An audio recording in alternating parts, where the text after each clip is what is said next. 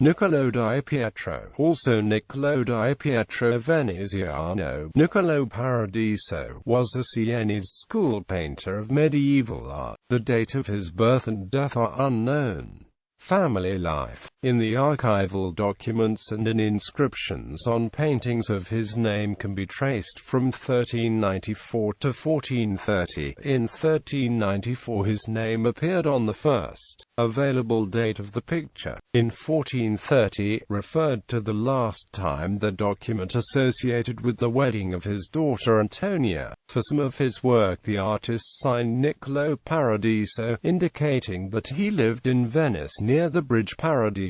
Niccolo di Pietro belonged to an artistic dynasty that, at least in 3 generations, played a prominent role in the artistic life in Venice. His grandfather Niccolo is referred to as an artist. His father Pietro di Niccolo, mentioned in the contracts with the painters of his generation, Donato and Caterina. In recent years, more and more approved by the view that the most famous Venetian painter of the second half of the 14th century, Lorenzo Veneziano, was the brother of the father of the artist, Pietro di Niccolo. If this theory is correct, then Niccolo di Pietro, therefore, was the nephew of Lorenzo. Style and influences. As in the work of Lorenzo and Niccolo di Pietro, pronounced tendency to adapt Gothic painting. The researchers believe that this family was the main promoter of the Gothic influence in Venetian art. On the other hand, it can be seen in the works of Niccolo an influence of the Sienese School, which in the 14th century by such masters as Vitale da Bologna, Tommaso da Modena and Giambologna, was one of the leaders in the development of a more realistic and lifelike reading religious subjects. In this regard, some researchers believe that Niccolo di Pietro could be a disciple of Giovanni da Bologna,